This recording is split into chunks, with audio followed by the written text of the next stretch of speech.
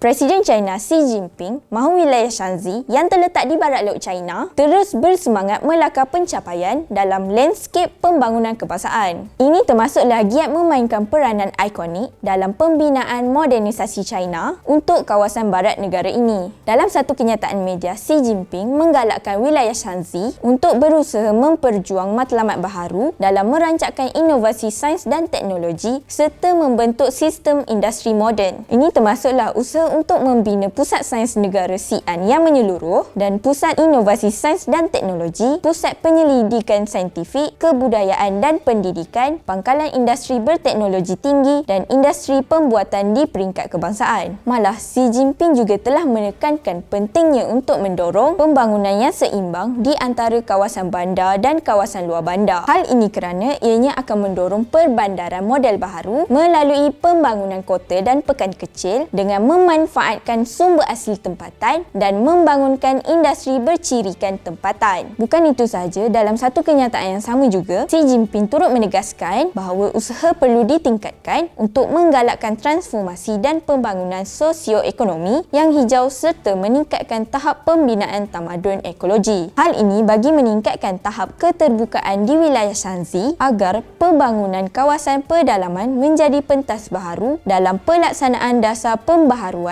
dan pintu terbuka. Terdahulu, wilayah Shanxi terus giat melibatkan diri dalam pembinaan inisiatif jalur dan laluan serta memanfaatkan lokasi strategik Bandar Xi'an sebagai hub pengendalian perkhidmatan kereta api kargo China Eropah. Ini sekaligus mempercepatkan langkah dalam membentuk pembangunan di beberapa wilayah China. Melihat kepada usaha yang dilakukan oleh negara China ini, maka tidak hairanlah bagaimana negara China mampu berkembang lebih cepat mengatasi negara-negara membangun yang lain. Ini juga sekaligus menjadikan negara China sebagai sebuah negara paling kukuh setakat ini. China, inspirasi dunia.